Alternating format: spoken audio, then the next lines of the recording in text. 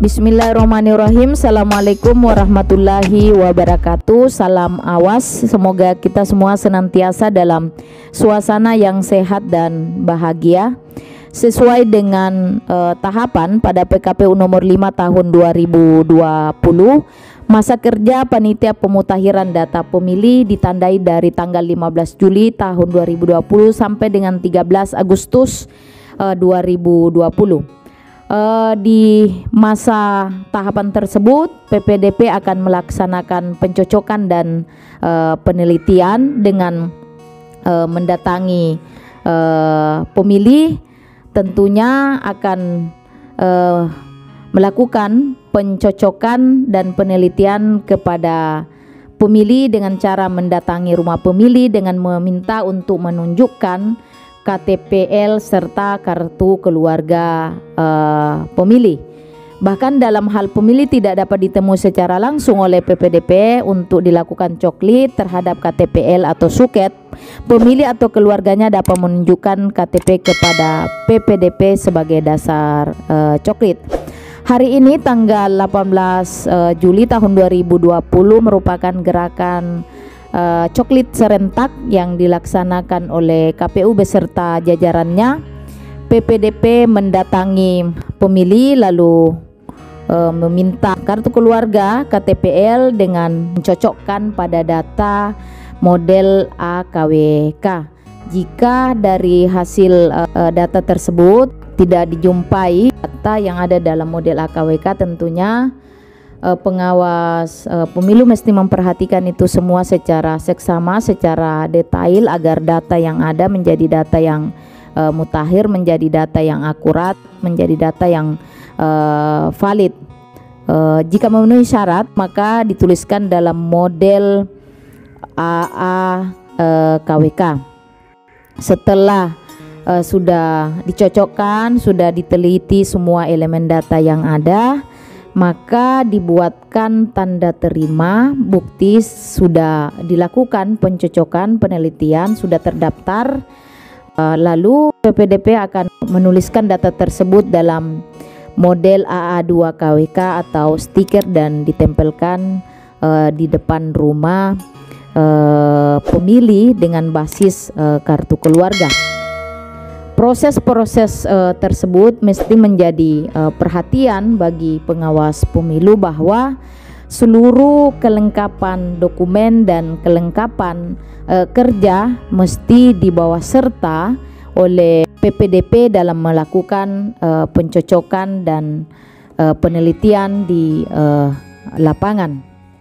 Tentu dalam melakukan pencocokan dan penelitian ada beberapa prinsip yang mesti menjadi perhatian oleh panitia pemutakhiran data pemilih KPU beserta jajarannya, yaitu data itu menjadi data yang komprehensif, memuat semua warga negara yang memenuhi persyaratan sebagai pemilih agar dapat dimasukkan dalam daftar pemilih. Jadi tidak dibenarkan ada tindakan diskriminatif dalam memasukkan atau menghapus nama-nama tertentu dalam daftar pemilih karena alasan politik, suku, agama, kelas atau alasan apapun. Data tersebut harus menjadi data akurat, bahwa harus memuat informasi tentang pemilih meliputi nama, umur, tanggal, status kawin, status bukan anggota TNI Polri, alamat tanpa kesalahan penulisan, tidak ganda dan tidak memuat nama yang tidak berhak. Prinsip berikutnya adalah mutakhir. Data daftar pemilih disusun berdasarkan informasi terakhir mengenai pemilih meliputi umur 17 tahun pada hari pemungutan suara, status telah atau pernah kawin, status pekerjaan bukan anggota TNI Polri, alamat pada hari pemungutan suara dan status meninggal. Transparan, menyampaikan informasi dan menerima masukan dari publik. Jika memang tidak memenuhi syarat lagi sebagai pemilih maka mesti dicoret.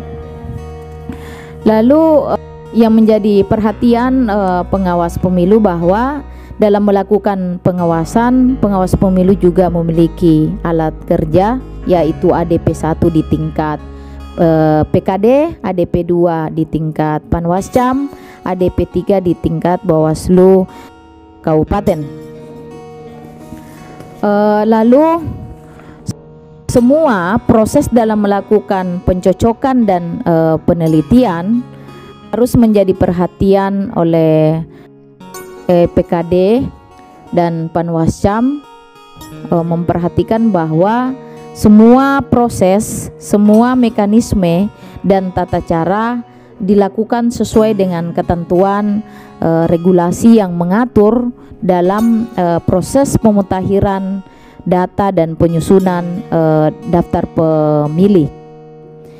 Pengawasan pemutakhiran daftar pemilih tentu akan dituangkan dalam formulir model A, yaitu merupakan laporan hasil pengawasan. Lalu ada panduan terkait dengan pelaksanaan pengawasan, alat kerja pengumpulan informasi hasil pengawasan, standar pelaporan dalam tahapan pemilihan, alat evaluasi kinerja pengawasan, dan pelaporan berjenjang.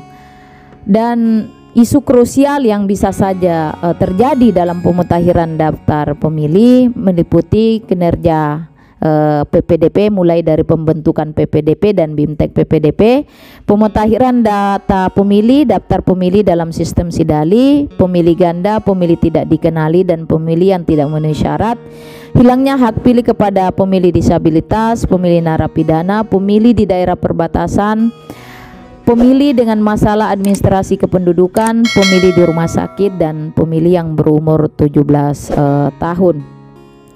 Potensi pelanggaran administrasi yang bisa saja muncul dalam pemutakhiran daftar pemilih, yaitu misalnya PPDP tidak melakukan coklit atau melakukan coklit tapi tidak sesuai prosedur, termasuk pelaksanaan protokol kesehatan COVID-19. PPS, PPK atau KPU Kabupaten tidak menindaklanjuti masukan pengawas pemilihan atau tim kampanye. Ketiga, PPS tidak mengumumkan daftar pemilih sementara. Tentunya prinsip dalam penanganan pelanggaran pada proses pemutakhiran daftar pemilih dilakukan dengan tujuan agar tidak ada hak seseorang yang terlanggar serta menjaga kemurnian pelaksanaan hak tersebut. Yang kedua, asas ultimum remedium, yaitu sanksi pidana merupakan upaya terakhir dalam memberikan sanksi atas pelanggaran, maksimalkan sanksi administrasi atau etik. Selanjutnya, jika seseorang yang telah memenuhi syarat tidak masuk dalam DPT, bukan berarti sudah terjadi perbuatan pidana oleh penyelenggara pemilu, dikarenakan hak memilih masih bisa diupayakan sampai dengan hari pemungutan suara. Harus dilakukan upaya pencegahan terlebih dahulu, seperti memberikan masukan atau saran perbaikan kepada penyelenggara pemilu. Selamat melakukan pengawasan kepada teman-teman pengawas pemilu di tingkat kabupaten, tingkat kecamatan, desa, dan kelurahan.